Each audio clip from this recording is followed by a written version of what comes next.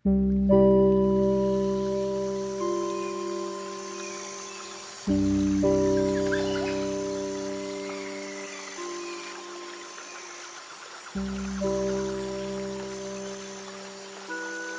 Kalimantan adalah labirin kehidupan dan pusat peradaban yang membelah hutan-hutan purba yang usianya bahkan lebih tua dibandingkan hutan Amazon.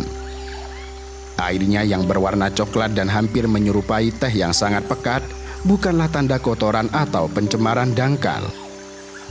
Warna itu menandakan bahwa sungai ini adalah rahim dari keragaman hayati yang memukau. Semacam kaldu purba yang diseduh dari endapan gambut, tanin, serta pembusukan materi organik selama ribuan tahun. Bagi mata yang tidak terlatih, sungai berwarna coklat ini barangkali akan terlihat cukup mengkhawatirkan. Namun, dalam ekosistem rawa gambut Kalimantan, warna gelap ini adalah tanda kekayaan yang tak terhingga. Warna ini berasal dari tanin, senyawa alami yang dilepaskan oleh dedaunan, kulit kayu dan materi tumbuhan yang perlahan-lahan membusuk di dalam air yang menggenang dan sangat asam. Itu artinya sungai-sungai seperti Kapuas, Mahakam dan Barito adalah semacam arsip cair dari sejarah bumi. Lapisan gambut di dasar sungai dan rawa-rawa sekitarnya menyimpan karbon dalam jumlah yang fantastis. Gambut ini bertindak sebagai salah satu paru-paru sekaligus penyeimbang iklim paling krusial di planet ini. Dan yang menarik, di balik kepekatan airnya, tersembunyi ekosistem yang hidup dengan cara yang sangat spesifik. Ikan-ikan di sungai ini banyak yang buta atau memiliki penglihatan yang terbatas, mengandalkan kumis peraba dan sensor elektrik untuk menavigasi labirin bawah air yang gelap gulita. Di kedalaman inilah pesut Mahakam atau lumba-lumba air tawar yang langka meluncur seperti hantu di antara akar-akar bakau dan tengkawang. Sebelum ada jalan yang beraspal, sebelum ada batas-batas negara yang ditarik di atas peta, sungai-sungai ini adalah jalan raya agung, pusat informasi, serta jantung peradaban purba.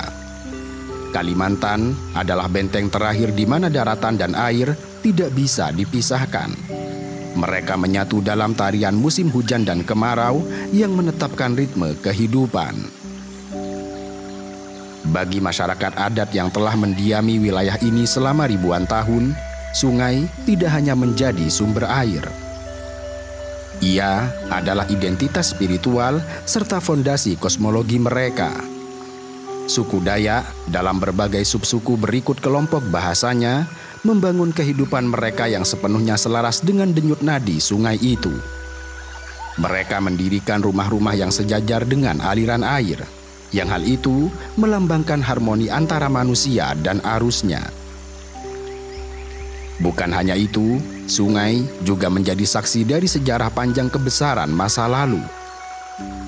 Kerajaan-kerajaan kuno seperti Kutai Martadipura yang tercatat sebagai salah satu peradaban Hindu tertua di Nusantara tumbuh dan berakar di tepian Sungai Mahakam.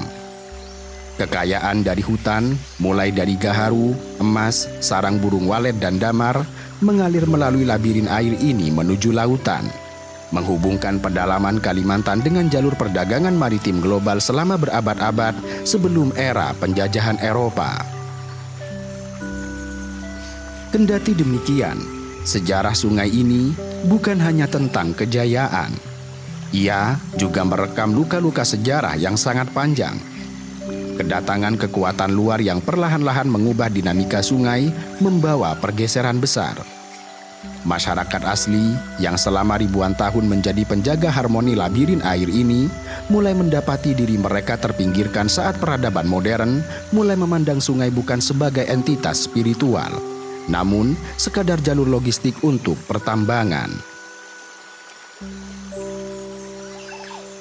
Ada sebuah hukum tak tertulis di alam liar, bahwa siapa yang menguasai sumber air, maka ia menguasai kehidupan. Selama berabad-abad, penghuni pertama daratan ini membaca arus, memetakan musim, dan bernafas selaras dengan denyut nadi sungai. Tetapi sejarah pada akhirnya selalu ditulis ulang oleh mereka yang membawa beton serta baja. Ketika tepi-tepi perairan ini mulai dipagari oleh privatisasi dan kejernihan airnya tumbuh oleh limbah, sebuah ikatan kuno pun terputus secara sepihak. Dulunya, untuk bertahan hidup di perairan liar ini hanya diperlukan dua pilihan, yaitu menjadi monster yang tidak terkalahkan atau menjadi hantu yang tidak terlihat.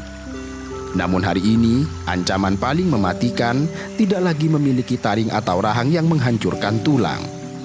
Ia datang dalam bentuk mikroskopis, mengalir tanpa suara dari hulu, menyusup diam-diam ke dalam insang, dan mengendap dalam darah. Di dasar sungai yang keruh ini, sebuah pembunuhan massal sedang terjadi dengan sangat lambat. Sebuah ironi ekologis yang kelam, di mana makhluk-makhluk purba ini tidak dibunuh oleh kelemahan mereka sendiri, namun diracuni perlahan oleh air yang memaksa mereka tetap hidup.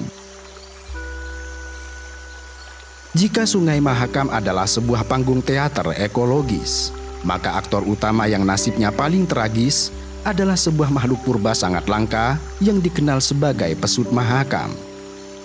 Mamalia air tawar ini merupakan spesies lumba-lumba unik yang kini bertengger di tepi jurang kepunahan dan bahkan digolongkan sebagai sangat terancam punah. Berbeda dengan lumba-lumba laut pada umumnya yang mengandalkan klik ultrasonik dengan volume yang sangat tinggi dan terarah tajam untuk mendeteksi mangsa di laut lepas yang jernih dan luas, pesut mahakam tidak mengandalkan cara semacam itu. Menggunakan suara yang terlalu keras di sungai yang dangkal adalah bunuh diri sensori. Jika pesut mahakam memancarkan sonar sekeras lumba-lumba di samudra, maka gelombang suara itu akan menghantam dasar sungai yang berlumpur, dinding sungai, ranting-ranting pohon yang tumbang, dan partikel sedimen, lalu memantul kembali sebagai gema yang kacau. Hal ini mirip seperti menyalakan lampu sorot paling terang di tengah badai kabut tebal. Bukannya bisa melihat dengan jelas, justru tidak akan bisa melihat apa-apa karena cahayanya memantul ke mata sendiri. Maka, untuk mensiasati hal ini, pesut mahakam memiliki cara yang sangat cerdas. Mereka memancarkan klik ekolokasi dengan tingkat sumber suara rata-rata hanya 195 desibel. Angka ini 1 hingga 2 orde magnitudo lebih pelan dibandingkan kerabat mereka di lautan. Sebagai gantinya, mereka melepaskan klik sonar ini dengan ritme pengulangan yang sangat cepat. Dengan cara ini, pesut mahakam menghasilkan sebuah sistem navigasi resolusi tinggi jarak dekat yang memungkinkan mereka memetakan pergerakan ikan kecil secara presisi di tengah kegelapan air lumpur. Sayangnya, sehebat apapun sonar ini beradaptasi dengan kondisi alami, ia sama sekali tidak didesain untuk menghadapi ancaman modern yang dibuat manusia. Fakta demografis pesut mahakam saat ini lebih mirip sebuah laporan autopsi beruntun. Dari populasi yang pernah mencapai hampir 100 ekor pada awal tahun 2000-an, kelimpahan populasinya terus merosot tajam. Itu karena Sungai Mahakam bukan hanya rumah bagi para pesut. Bagi manusia, sungai ini merupakan jalan raya yang sangat vital. Sebuah jalan raya logistik tanpa gerbang tol yang menggerakkan ekonomi fosil Indonesia. Sebagaimana umum dipahami, Kutai Kartanegara dan Kutai Barat adalah jantung produksi batu bara. Ratusan juta ton emas hitam ini harus dipindahkan dari perut bumi menuju lautan lepas, menggunakan tongkang-tongkang raksasa atau ponton yang ditarik oleh kapal penarik bertenaga mesin diesel raksasa. Pada gilirannya, pertemuan antara lumba-lumba purba yang mengandalkan pendengaran sensitif dengan mesin-mesin industri berat di lorong sungai yang sempit melahirkan sebuah tragedi konservasi. Tragedi ini mirip ketika seseorang berada di ruang gelap, hanya mengandalkan pendengaran untuk berjalan, kemudian tiba-tiba seseorang menyalakan sirine pabrik di samping telinganya secara terus-menerus. Dan begitu pula lah yang dirasakan oleh pesut mahakam. mesin-mesin kapal batu bara yang lalu lalang tanpa henti siang dan malam, pada akhirnya menghasilkan apa yang disebut sebagai polusi suara bawah air. Suara dengan frekuensi rendah yang dihasilkan baling-baling dan mesin diesel itu menyebar dengan kecepatan sangat tinggi di dalam medium air. Gelombang suara mekanis ini menciptakan kabut akustik tebal yang menyelimuti seluruh penampang sungai, yang secara efektif meredam dan menutupi sinyal biosonar lemah yang dipancarkan oleh pesut Mahakam untuk bernavigasi. Dan dampaknya, ketika pesut teredam oleh kebisingan tongkang batu bara, mereka secara fungsional menjadi buta. Mereka tidak dapat mendeteksi kawanan ikan untuk berburu, kehilangan komunikasi dengan bayi-bayi mereka di dalam air yang keruh, dan insting migrasi harian mereka menjadi hancur berkeping-keping. Akibatnya, satwa-satwa ini terdesak mundur dari habitat perairan bebas. Dari jangkauan historis yang dulunya mencapai 600 km hingga mendekati pegunungan Hulu, kini populasi inti pesut Mahakam secara menyedihkan berdesakan dan mengisolasi diri mereka di perairan sempit sejauh 100 km saja. Mereka menghabiskan waktu mereka dengan bersembunyi di pertemuan antara sungai utama dan anak-anak sungainya serta di danau-danau besar, semata-mata karena itu adalah satu-satunya tempat yang tersisa untuk menghindari rute mematikan raksasa baja. Konflik penjajahan ruang ini tidak hanya memercikan api pada satwa, tetapi juga berbenturan langsung dengan manusia di pesisir. Di Muara Pahu dan Kota Bangun, sungai menjadi medan pertempuran ekonomi antara nelayan tradisional dan kekuatan industri. Para nelayan yang menggantungkan hidup mereka pada ritme alam Mahakam mendapati ruang tangkapan mereka diinvasi. Ponton batu bara raksasa yang ditarik secara konvoi seringkali memakan seluruh lebar penampang anak sungai. Bagi kapal kecil nelayan, hal ini adalah mimpi buruk, dan karenanya keluhan mulai menumpuk. Dari hancurnya jaring tangkapan tradisional akibat dilindas kapal, hingga tertutupnya akses pelelangan dan dermaga. Bentrokan fisik ini bukan lagi sekadar ancaman, tetapi menjadi realita yang tidak dapat dihindarkan. Dalam salah satu insiden dramatis yang terekam di Desa Liang Ilir, Kecamatan Kota Bangun, dua konvoi tongkang batu bara, yang satu kosong dari muara dan satunya lagi bermuatan penuh dari hulu, berusaha saling berpapasan di lorong sungai yang menyempit. Besarnya ukuran ponton dan kuatnya arus sungai membuat sang kapten kehilangan kendali. Tongkang raksasa itu terseret arus dan menyapu bersih perahu-perahu kecil kayu milik nelayan yang tengah bersandar di dermaga pelelangan ikan. Perahu-perahu kecil itu dihancurkan layaknya ranting kering. 4 kapal tenggelam ke dasar sungai yang pekat dan 5 lainnya hancur lebur. Konflik-konflik ini menandakan akan betapa rapuhnya masyarakat lokal ketika sejarah interaksi damai mereka dengan sungai dihempas secara paksa oleh kebrutalan mesin modern.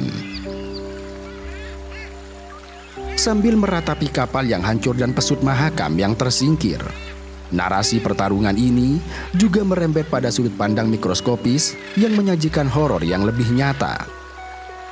Jauh di dalam struktur molekuler Sungai Mahakam sedang berlangsung sebuah kehancuran senyap. Kehancuran ini tidak terdengar seperti mesin diesel, tetapi merayap ke dalam darah, daging, serta gen setiap makhluk hidup. Dan inilah narasi tentang merkuri dan limbah logam berat. Pencemaran toksikologi ini berawal di wilayah pedalaman, tempat kegiatan pertambangan emas tanpa izin beroperasi di sekitar anak-anak Sungai Mahakam. Dalam upaya primitif memisahkan biji emas dari batuan, para penambang liar menggunakan merkuri secara serampangan. Limbah cair raksa yang berwarna keperakan itu kemudian dibuang begitu saja ke tanah dan aliran sungai, lalu mengendap di dasar lumpur yang gelap. Dan di dalam lumpur yang minim oksigen itulah sebuah alkimia alami yang mematikan sedang terjadi. Bakteri anaerob mengonsumsi merkuri anorganik tersebut dan melalui proses biologis. Mereka mengubahnya menjadi metil merkuri, bentuk senyawa organik yang ratusan kali lebih beracun dan yang paling mengerikan, memiliki sifat mudah larut dan menempel di dalam jaringan lemak. Dari mikroba, metil merkuri dimakan oleh plankton.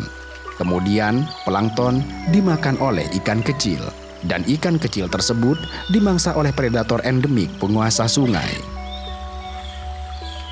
Dan inilah proses biomagnifikasi, di mana racun tidak hilang, melainkan konsentrasinya terus melipat ganda setiap kali ia berpindah naik di rantai makanan. Bukti empiris dari uji forensik ekologis ini sangatlah mencengangkan.